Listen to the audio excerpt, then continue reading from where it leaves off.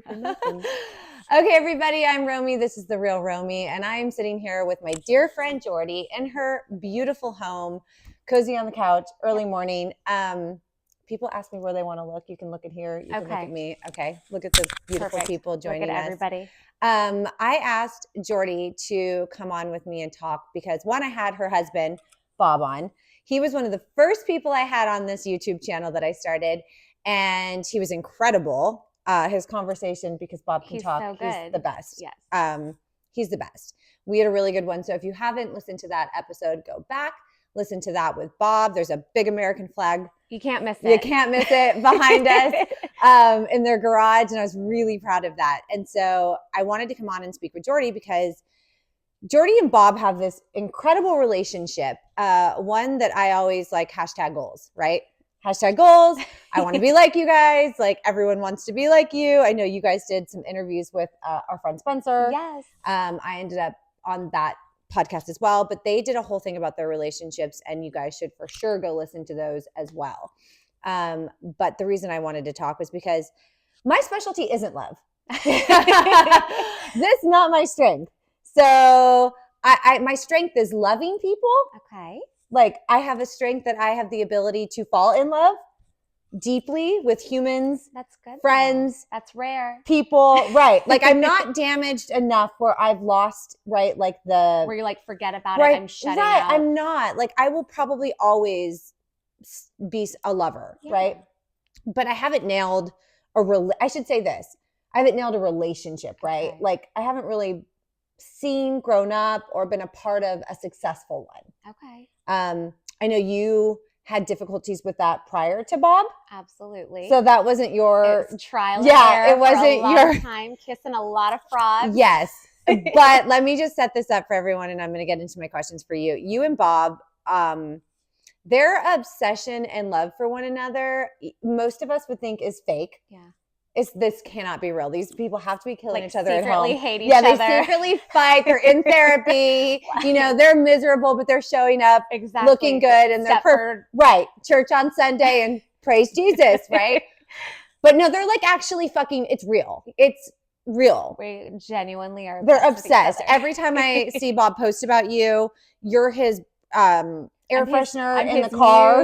You're his muse. You're his air freshener. It's her face in the car. And I'll text him and be like, she's the most beautiful girl in the world. I'm the luckiest man alive. She's like, and it's authentic. Yeah. He's obsessed with you. Yes. How long have you guys been married? Okay. So we will be married 7 years this year, and we are going on 10 years together. Okay.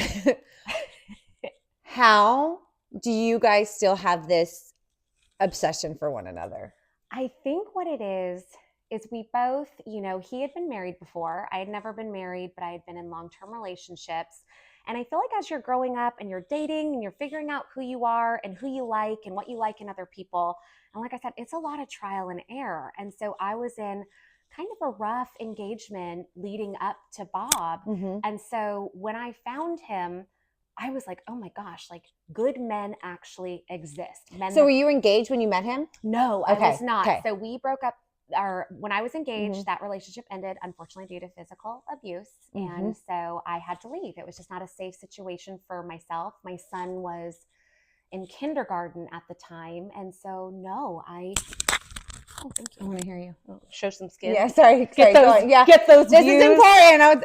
Tune in. Yeah. Go on. So I had been engaged, left that relationship due to domestic abuse, was on my own. And then when I met Bob, I actually did. I had a boyfriend, mm-hmm. Nothing super crazy, but hey, I was a single gal. Yeah. I was switching into another career, met a guy who was really nice. And then I'll just say it like, did I know when I met Bob that I was going to... That something was there? No. I mean, when I saw him, obviously, he's a good-looking man. He's a handsome man. He is a handsome man. And he's a firefighter. Tattoos. The list goes on. Gosh. I was like, okay, be good. Yeah. But we started out as friends. And I think like any true relationship, you have to start out as friends. Yes. Because... Agree. It's silly. I not only love him, I fucking like him. Yes. And you have to start with that like. That is like the best advice I can give. I think that's huge. I think the friendship part, I Mhm. keep listening to, you and I love our podcast and all of our Yeah. motivational stuff. And there's been stuff that's talking about like, not everyone you're attracted to is meant for you. True. And not everyone that you have this intense sexual attraction Oh, to yeah. is meant for you. That's why they say love and lust. Yeah. They're different. Look I at can you lust you. and I can want you, but I Yes. can know deep down it's not going to go anywhere outside of that. And the older I've gotten, the more you're able to separate, because that's tough. It is Especially tough. when you're young. And I mean, I love and I love hard. Yeah. So sometimes I would confuse infatuation with love. Same. Yeah. Same. So with him, how did you guys then create this friendship? And what was like the core of this friendship? What brought you guys together? I think what brought us together was right out the gates, he was going through a divorce. I had a boyfriend. You start that friendship, and truly it was, there was, honesty. Mhm. And I know that's silly, but when, you have a person or a friend that's going through something like a divorce, Mhm. and then when we started to be like, gosh, like I kind of like you, Mhm. I think this is going to be more than friendship. He was going through a really rough time. So all the cards were on the table, Mhm. A divorced man, kid situation, ex-wife situation, divorce for both parties Mhm. is really fucking hard. Yep. And so when cards are all out on the table, like there's no hiding behind. Anybody can behave for a few months. You're while vulnerable. Dating. You're vulnerable. You're vulnerable. He's like, this is who I am. This is what his exact words to me were: my life is an opening act of a shit show. And I was like, sign me up. No. Yeah, literally. Do you know why it's attractive though? I'm sure. And for people like you and I and Bob, like it's real. Yes. At least it's raw and authentic. Yeah. At least it's messy but real. Absolutely. As opposed to the hidden. Yeah. I knew where I stood. You knew where, I knew what he wanted. I knew what was coming. There was no secrets. It was like, if you can, and it's so cliche, if you can love me at my worst, then you absolutely deserve me when I'm at my best. I mean, and so I think that has been like the biggest, I think, struggle for me, in terms of people loving me at my worst, right? People love to come in and love me at my best, love to love me at my best. But when I am low and I am hurting and I am in weak spots, it's like fucking crickets, right? Yeah. So those are your real people. And the one thing I've said before is, and especially with men and dating, and I've said this to Bob, I go, men loved the idea of me. Oh, yes. Because I'm a chameleon. Same. If you want the girl that can put on flip-flops and drink a beer at a dive bar, I got you. If you need a girl that can dress up and go to some fancy black tie, Same. I got you. So where was that authentic? Was that me just pleasing? But it was with Bob that this is who I am. This is who you are. And I support you through that process. And so. Well, you kind of grew up too with him. Because you're much younger than me. Oh my gosh. I was 25 when I met him. I'm now 35. And so you kind of grew up and established this kind of confidence in who you are. With having your best friend love you through that journey, believe in you. Exactly. Right? Well, and see, because Bob and I have a 15-year age gap. Yep. So I'm sure, like I always joke with him, I'm like, God bless you, because 25, you think you're an adult. No. We're adults. But you're still figuring I'm 35. Yeah, you're still. And I'm still growing. When I was 35, I was on Showtime. Yeah, doing your thing. Wait till you're my age, okay? Like, all right. Wait till you're my age. Yeah. Like you're so young, right? Yeah. You're so young, and you were so young when you guys fell in love. So you are literally evolving with this person by your side. Now, this is something I don't know because I haven't done that with someone for that type of length of time. What is it like to grow and evolve and change your identity throughout the years, right? Because you've stepped into different identities, different roles, different variations of you. How does he make that space safe and support you in that when his wife is essentially changing? Absolutely. I think what helps is when you have that basis of friendship. And then there were things, because even at 25 and 35, there's still things about me that are pretty much the same. A lot of the beliefs that I have, spiritually, mentally, emotionally, that core, Jordy, was still there. And I think what he saw and what he's told me is he's like, I saw that full potential. I knew that you were going to be you and you were going to be great and that I would love you through the process. But it's finding to where he gave me enough wiggle room to still be just trial and error, dude. I mean, you're doing things, you're figuring yourself out. And you trial and error. Can we Trial just and error. say that? Like, can we God. make more space for the people that we Dude, love, that we choose to commit to, that they get an opportunity to fucking fall and get back up? and there's no judgment. And there's no judgment there. Like, that is part of growing up. Exactly. Absolutely. And I think that's what's so hard is you'll find friends or partners and they say like, oh, I love you no matter what. But they don't. Bullshit. I'll see all you fools. Exactly. And you ain't around right now. No. And that's what I think. It is bullshit. Was the first time he was a grown up. Yeah. He was a fucking grown man. He knew who he was. I think that's like the best way to describe him. Yes. Really, is that he's a grown up. He's a grown man. He's a grown up. Because I tease, like even now when I have ding dong moments, I go, baby, you're a grown up. Like, I'm a baby grown up. Yeah. Which in retrospect, you are. He's almost 50. Yeah. I'm 35. You're a baby grown up. I own that. You are. Yeah. I am. But it's something to where he gives me grace. And I mean, he's going to tease me. I mean, that's part about being married to your best friend. He's going to be like, well, that's the part that you guys do. You guys show this, like, you know, he's always videotaping you and your goofiness and your stupidness and your silliness. And he's just like cracking up at you, right? Because you're such a dork. And you know, like this girl will walk in looking like she just left a Playboy shoot and leave looking like Dumb and Dumber. Like you get falling over, best of both worlds here. And he captures all of that with you. And he's in love with all of those parts of you, right? And so I need to step over this really quick because it's something I've also gone through. So I think women like us, people have this idea of us that they're in love with. And you said that, and it really hit my heart because yes, you have this visual idea of, you know, you're gorgeous, right? Thank you. Of this is a beautiful person. This is who I'm in love with. This person is this, right? And that all is how I think our world and society and men have like been trained to like fall in love with things. Yeah. Visually, you stimulate. You're going to be the world. I have this idea of you. You're this. Exactly. But when you get into the like fucking nitty gritty, there's a lot there, right? And so how does somebody, right? Like how does someone like Bob come in and accept you for all of that, the trauma, right, that you've been through, the abuse that you've been through, the you falling in love with yourself through these years, you know, you on your journey of motherhood. Because I was a mama really young. And then you're a mother to his children, right, that are now your guys' children. Exactly. You're co-parenting at a young age.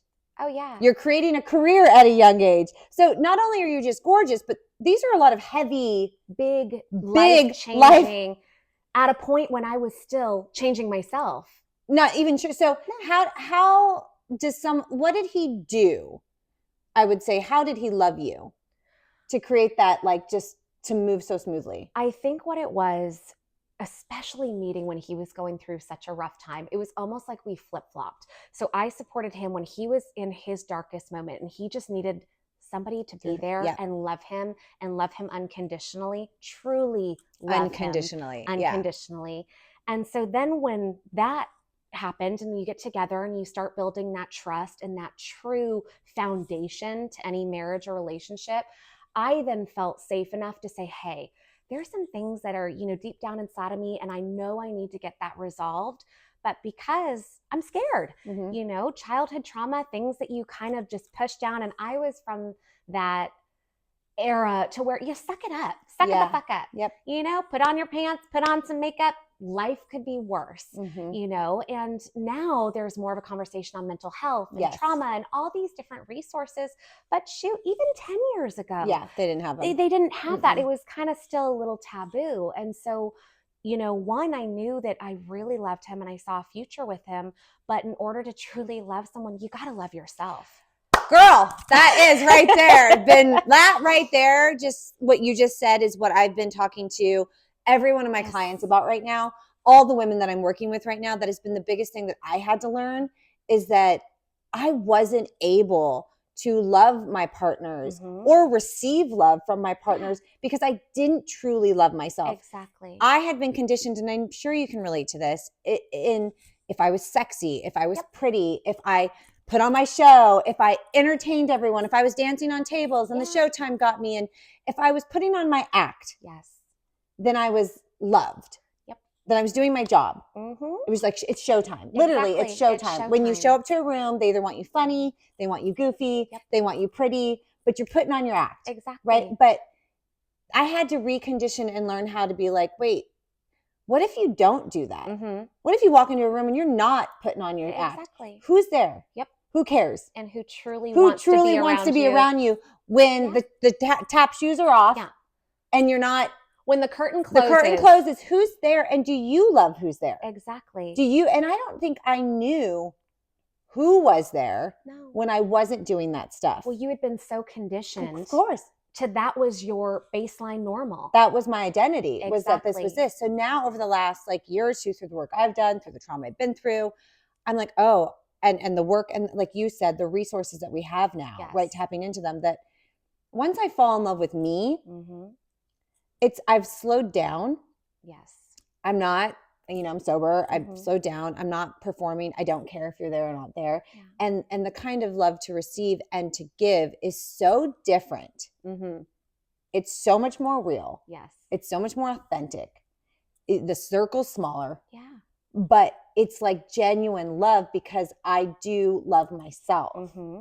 Not the sexy me, not the goofy me. I mean, I love those parts of me. Of course. But I love you at your core. Me.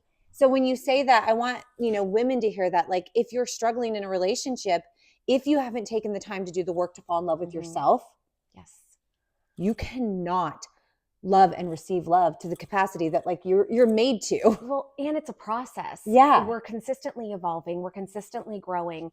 And it's really easy to say, I love me. Of course. I've been saying that for years. I love me. No, I used to have that attitude of like, oh, I am who like, I am. I am who I am. Like, fuck you. And it's like, oh my God, child. Dude. Do you know who you are? No. Calm, sit down. No. Because Yeah. I had been so many different variations Mm-hmm. of what I thought every person in my life wanted me to be, that when it came to actually looking in the mirror, I'm like, I don't know who the fuck I am. Yeah. And Brene Brown in The Gift of Imperfections, it Yeah. was perfect, perform, please. Mm-hmm. Hello. Yeah. I've been doing that my whole life Mm-hmm. because if I'm perfect and I perform and I please Same. everybody else, that will make others love me. And all I've ever wanted from being a small child and, certain little things that came up, abandonment issues, is to be loved. I think that's And all if you any of want us it, want, we though. just want to feel loved and wanted. Isn't that though like the basis of everyone? everybody. Like, Anybody even that says men, they don't care, that's it's bullshit. Then you need to go do some more work. Yes. Because I think even men, like even Bob, Of course, a real man, this like wants to feel seen, loved, and valued, right? Yeah. By his people. Absolutely. And you give him that and he gives you that. I think the attitude of like, I don't fucking need anyone and all of that, that's a protection. Yes. Because again, that's vulnerability. It's vulnerability. Who wants to admit, I don't feel loved. Right. I don't feel safe. I don't feel seen, heard. That sucks to admit, but it takes admitting that, even if it's not to other people, admitting that to yourself, to then say, okay, I don't feel seen. I don't feel heard. I don't feel valued. What do I need to do in order to feel that, but feel that on my own? Well, and once you feel it on your own, once you've established that you value yourself enough, absolutely, you find yourself not just like not the live, love, and laugh, really genuinely fall in love with yourself and the value of your life, and then you are vulnerable enough to say, I want to receive that as well from somebody in my life. Then you do, because it is at the end of the day when everything is off the table and everything is gone. All we want to leave or feel in this life is love. Exactly. Like literally, that's what everyone's feel love, whether it's platonic, whether it's romantic. Exactly. And I think that we are so distracted because we're in a very distracted. We're in a digital world. Everything moves at 100 so miles fast an hour. that people don't slow down to acknowledge that. But the depression, the mental health problems, everything that is actually hurting in the world is because people don't feel seen right now. They don't feel loved right now. Exactly. They don't feel accepted right now with themselves. And I think at the end of the day, a relationship that is healthy, that does stand these tests, right? Both of you individually know your worth. Yes. Right. And both of you make each other feel very seen. We do that, and we realize that when you're truly pouring in to your partner, because we live in a swipe right, swipe left. Can we get into grass this? is Yeah, greener, always yada, greener. yada. And my husband in a podcast, I think it was with Spencer's, he says, the grass is always greener. He goes, bullshit. The grass is greener where you fucking water it. Yes. And I started laughing because it's so true. And I think what makes us so strong is, again, there's no such thing as a perfect marriage. No. But we have a really freaking good one. I think that's the truth. And it's because we both recognize that you've got to pour into that person, love that person, respect that person, even when they fuck up. Because. But I want to say this too, because I do coach a lot of women right now. And there's a lot of women that are really fucking miserable. A lot of men too in their marriages. They're not happy. They're not attracted to their partners anymore. They don't want to sleep with their partners. They don't even like who their partner became. Yeah. Or they've outgrown their partner. That's the biggest one that I've seen. I've seen this massively right now. Well, and you get these people that get married in their 20s and then now in their 40s. Still the same. And they're not the same. They've grown. And I see this a lot in couples. And I always feel like I get so much backlash because I'm not picking on kids. We have 3 kids. But you get couples get married in their 20s. They start punching out babies. Yeah, don't have kids. I'm just going to say it though. Like they do. But they do. What happens it gets hard. You get married, you start popping out kids, and instead of the focus on the marriage, the focus on the children. And then for 18 years, you're so hyper focused on kids that when do you look at your partner and say, what do you need? How are you feeling? I'm really glad we're bringing this up, and I'm sure it will get a mix of emotions, which is fine. But what I'm seeing, and I'm glad you're saying this, and I want to cover this with you guys, with your guys' blended family and kids being involved. A lot of people, which I'm a big supporter in make your marriage work if you can make it work. I'm also a big supporter in step away from relationships if they don't work. Exactly. I am. So you have to find that true balance. Nobody needs to be a martyr and stay in a marriage. Like you have one life. Live your life to the and if you're hurting the whole family by being miserable, please break away. People do deserve to be happy and find happiness. 100%. And I will guide and encourage anyone on that journey if it really feels like that. But I will say this. A lot of people are staying together for the kids. Okay, I'm going to set this up. They're staying together for the children. They don't like each other. They're miserable. They're not having sex. They're not best friends. The children are watching this. They're witnessing this. Their parents are bitter, angry, upset, irritated. Exactly. Swiping on everyone else's pages. There's tension in the house. But you're staying together for the kids. No. This is not showing the kids what a healthy relationship looks like. Then you get people like us in the world that grew up with unhealthy relationships, trying to then find healthy relationships with no real basis of what that looks like, but everyone's doing it for the kids. Now, if we can get out of this mindset that just staying together is for the kids, it's not. So how do we reassess to parents? And this is what you said. And I talk to my clients about this. It's your one life, okay? The parents, us, deserve to be happy, sexy, thriving, still going after our careers, still being passionately in love. That is the best gift our kids get. Absolutely. Is to see us on fire with our lives in all those areas. Yeah. Right. And so I love that you, me, and Bob like have this in common where it's like, we're not just like dead parents, like just watch us like pay the bills and be home. Exactly. We're showing our children we're going after our lives. We're doing things. We're feeling good. You need to go to bed. I'm going out because I'm in love and I feel hot and like we matter. Yes. Right. So how then, do we see these families with kids? Because I want to say kids come into the picture. They become and you guys are very hands-on parents. Yes. I'm a very You're a hands-on mom. I've always admired We're very. Yes. We're not shipping our kids off. No, we are in it, grinding every morning, walking our kids to class. Like we are like hot like good morning. Like we're there doing it. But we also make time to prioritize us. So with families that have the kids and they say the kids come first, how do you and Bob do that juggle? How has that worked for you guys to make you guys a priority? And you guys do say this, I know, on the podcast as well. And then the kids come second. Yep. So our hierarchy. We said it. It's true. Our hierarchy, and this is in our family, is God first, our marriage, and then kids. I love that. And it doesn't mean that we don't love our kids any less. It doesn't mean that our kids don't matter. What I'm saying is it all starts at the top. Yep. So our relationship with our Savior, number one, if we're spiritually set and sound and feeling good. Without that, you and Bob don't even stand a chance. No. I mean, you don't even say. So it's got to come first. Yeah. And whatever your spiritual walk may be. I say that all the time. To me, it's recognizing there's a power bigger than you. I literally had this conversation yesterday with a client and I said, I don't care what your spiritual walk is. I'm Christian. That's mine. whatever yours is, you got to tap into something above you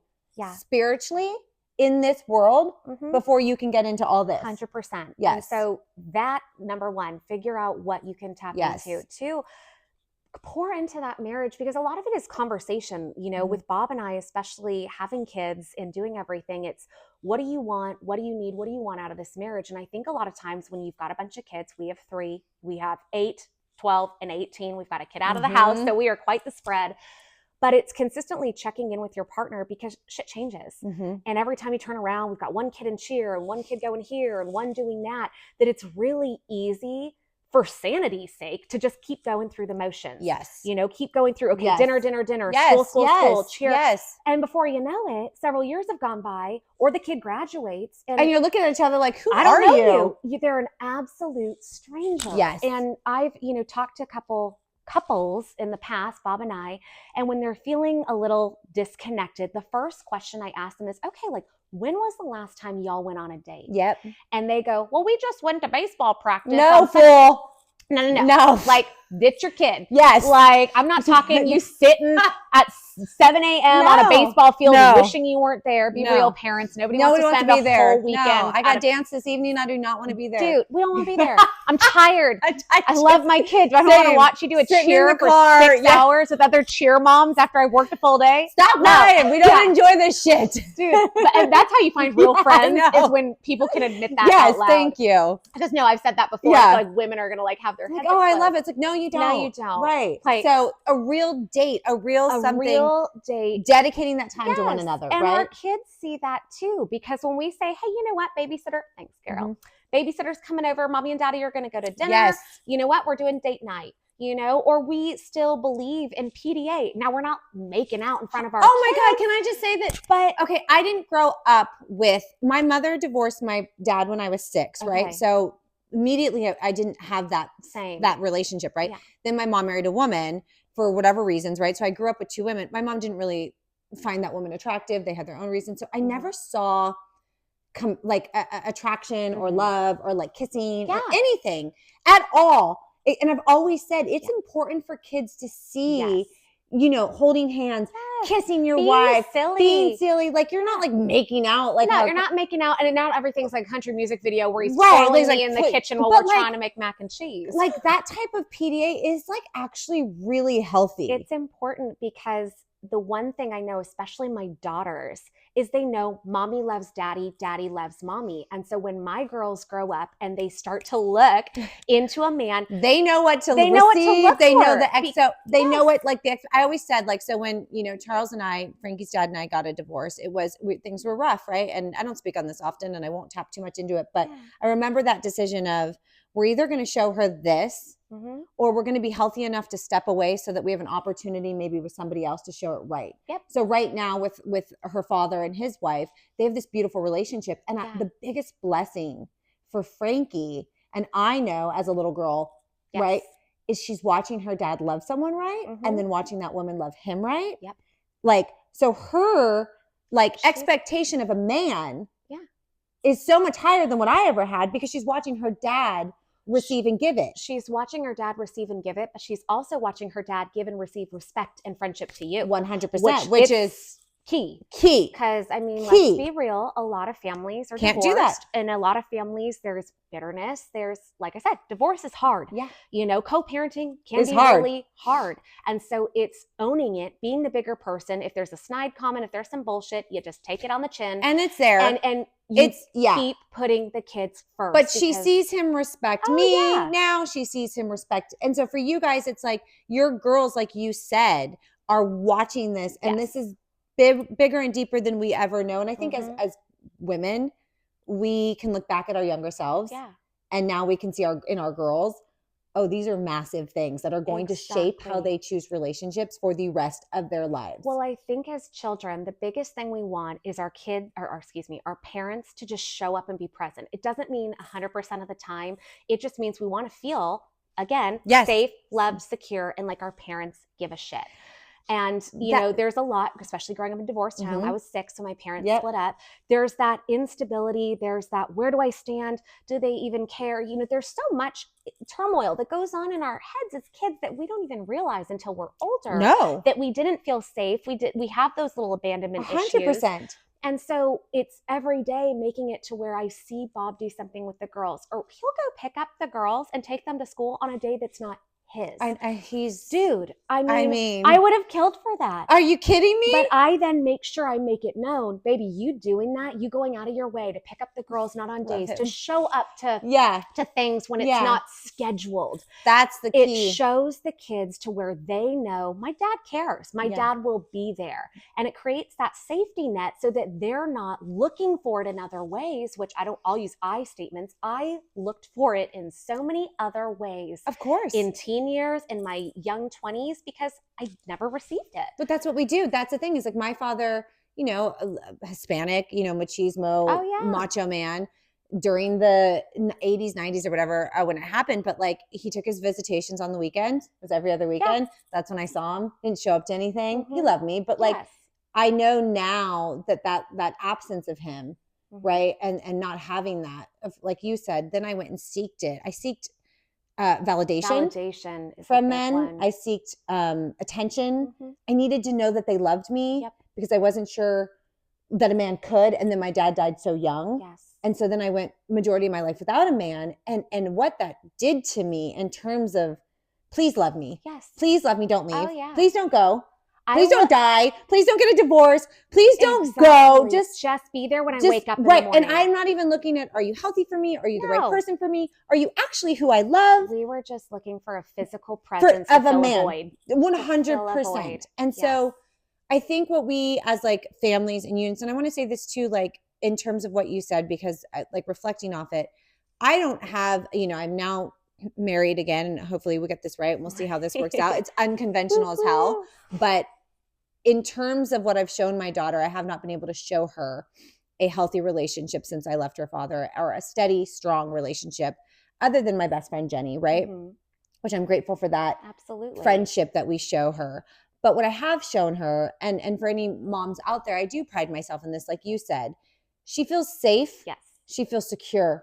She knows mommy loves her. Mm-hmm. That little girl texts me every day, every night. She loves me. I am actively there on the days that are not my days, at the school days that are not my days. So what she's getting from me as well as she's getting older, and I'm very honest with her now, is mommy makes mistakes. Yes, Mommy's trying. Human. She'll say, mommy, you had some marriages. They just don't work for you, mom. Like, I hope this one works. Like, I'm like, kid, thank you. But like, she's seen me cry. Yes. She sees me hustle. She sees me work. She sees me trying. I have so many beautiful strengths I know that I offer her. Yeah.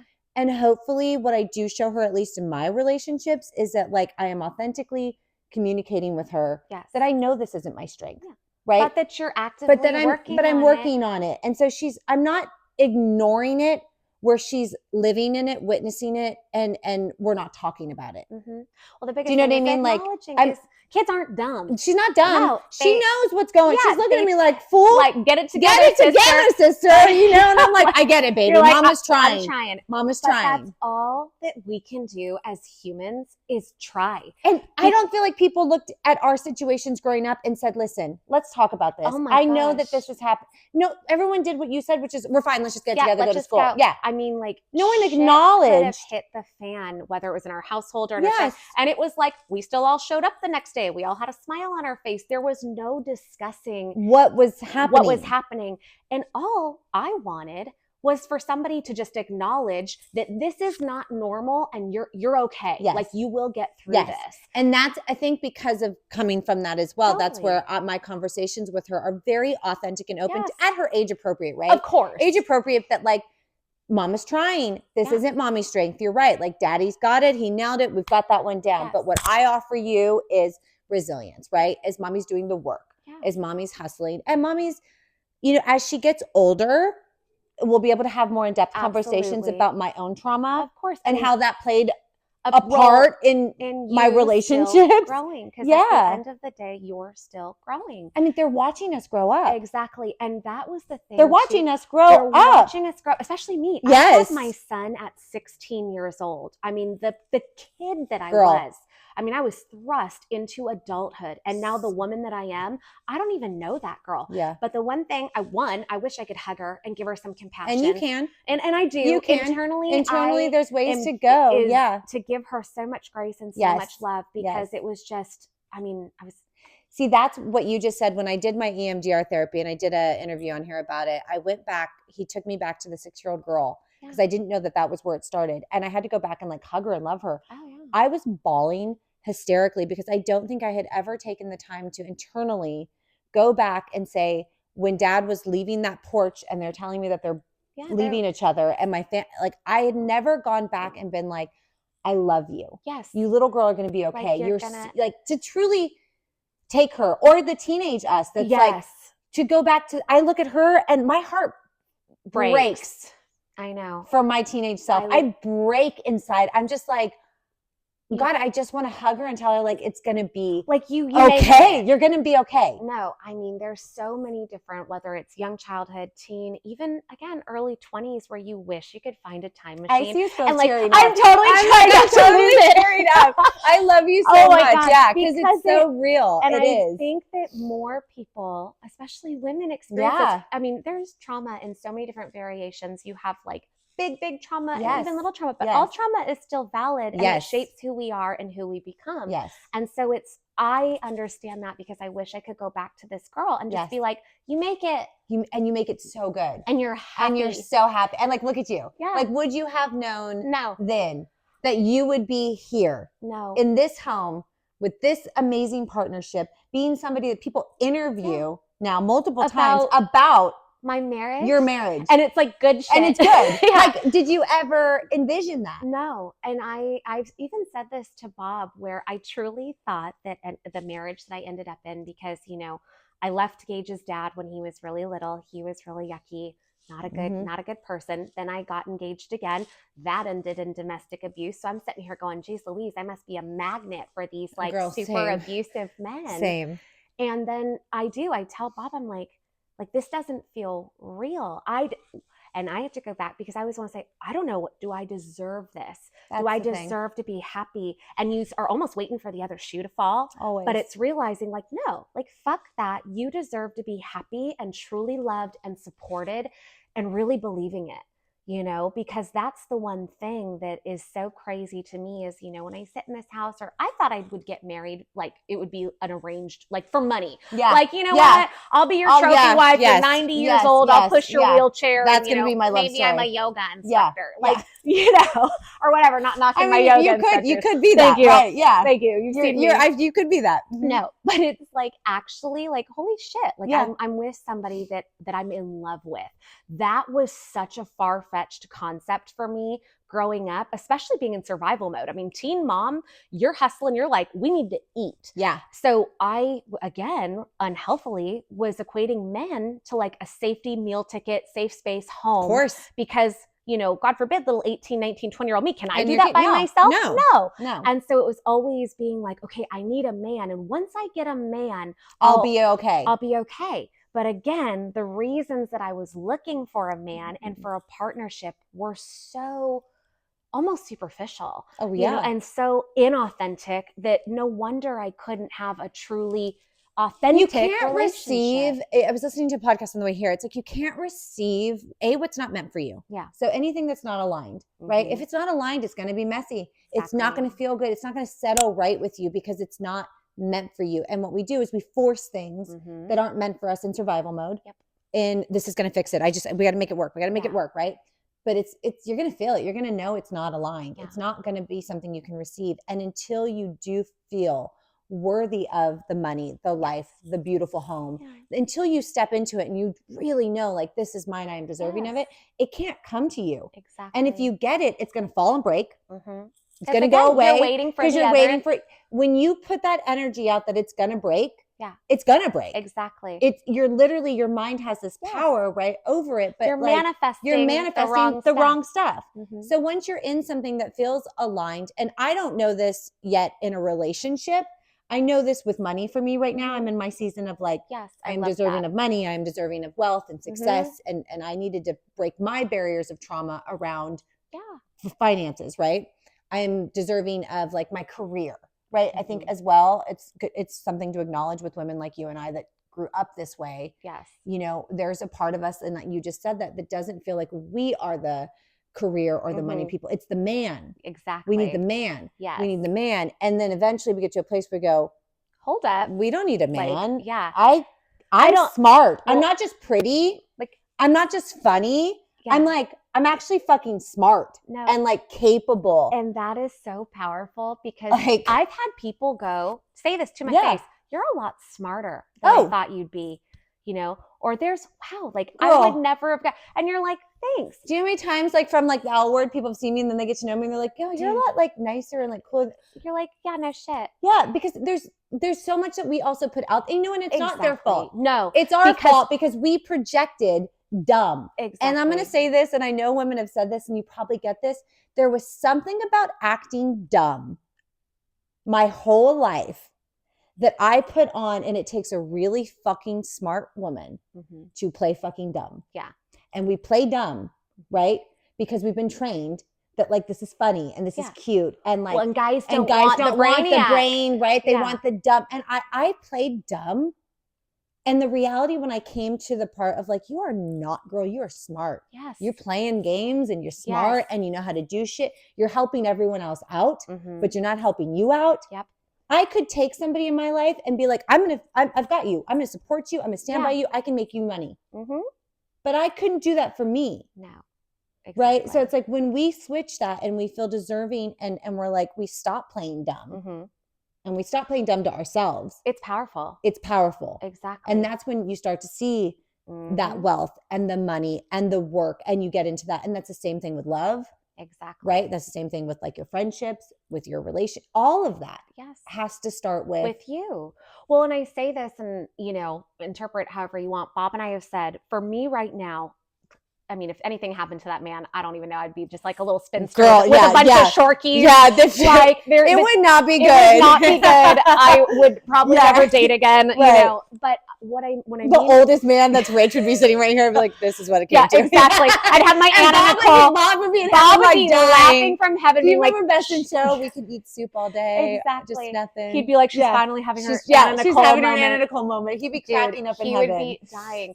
But it's truly like, I know this sounds fucked up to say right now, if I were single, if I had never maybe met Bob, but I had been working on myself, that self-discovery, this would be the best time for me to date right now. Fuck yes. Why? I like me. You. I know what I bring to the table. Same. I know who I am as a person. Same. I know that like, cool, I can clean up nice, but I can also not, you know, and just be a little grungy hobo, a little loving grungy hobo. Right, but I'm so multifaceted. But I like me, and that's sexy and that's powerful, that right now I'm like, bring on the date, baby. Yeah. Because the younger me just wanted to feel like, just accept me, love me, call me tomorrow. I was kind of pathetic. Same. If you think about it. Same. And so it's like, I wish a little bit of me could have can go back and be like, girl, don't settle for this dude, you know, because I didn't realize my own power, but it took. But see, you were able to get here, and that's what I think is important. And so I just recently went through like my last 6 months, and you know that after that horrible breakup with Jamie, I had this alone time. Like I was like, you know, talking and kind of like entertaining ideas, but like I was alone. I wasn't physically or dating anyone or with anyone, and I had never been alone. Oh my gosh. Like that. Dude, I've had a boyfriend since in my entire life. Like, there's a boyfriend before this one's gone, right? Dude. So this is the first time, and even Jenny watched me, and she's like, "You were like I was home writing my book, alone, working out, crying, like giving myself space, like just to just breathe and be you by myself." And it did something for me that I've needed my whole life. Yes. Right? I really needed to be alone. Yeah. The way that I have been in the last few months, like I needed it, but like. It got me to a place where now I'm like, oh, you are like worthy, girl. Like you know, you're good. But like you were able to do this with a partner, which is that's the part that is rare. Yes, is that you were able to evolve like this with this love. Yes, and like we're gonna come to an end here soon because it is coming to an end. But like I want women and girls out there, you know, and I think our message is powerful for a lot of girls and a lot of moms and a lot of women to know, like, coming from the trauma that most of us come from. Yes. Like I said, it's all there. There's it's different all there. Yeah, variations. but don't be lying to yourself if you think you didn't come from some sort of trauma. Exactly. Like, or something that, like, you felt unworthy, or you're in a relationship or Everybody's marriage. had a moment in their life where they don't feel safe, they don't feel worthy, they don't feel loved. And again, that can be a big moment or a little moment, but every human has felt something. That our kids are going to have it. I put my Exactly. kids through some stuff that they're going to have to recover from. It's life. Yeah. But it's the open conversations around it that I think heal and help. 100%. Right. And it's talking to the kids, age appropriate, but talking to them about real shit. And just saying, you know what, mommy messed up, or you know what, mommy's still figuring it out. Because again, every day they are watching us grow up. Frankie said in the car the other day, she goes, well, Mom, we'll see if you get this one right. I said, I don't know, Bug. I really can't promise you that. But I'm going to try. I'm going to try, but I can't promise. And she goes, well, we'll see. Yeah. But it's like, it's an honest conversation. I'm not giving her a delusion or, it's happily ever after for the rest of our lives and I'm going to nail it. I don't know if I'm going to. But guess what? She still loves you. But she's still excited for you. She still supports you. You know, again, kids are resilient and you make her feel safe.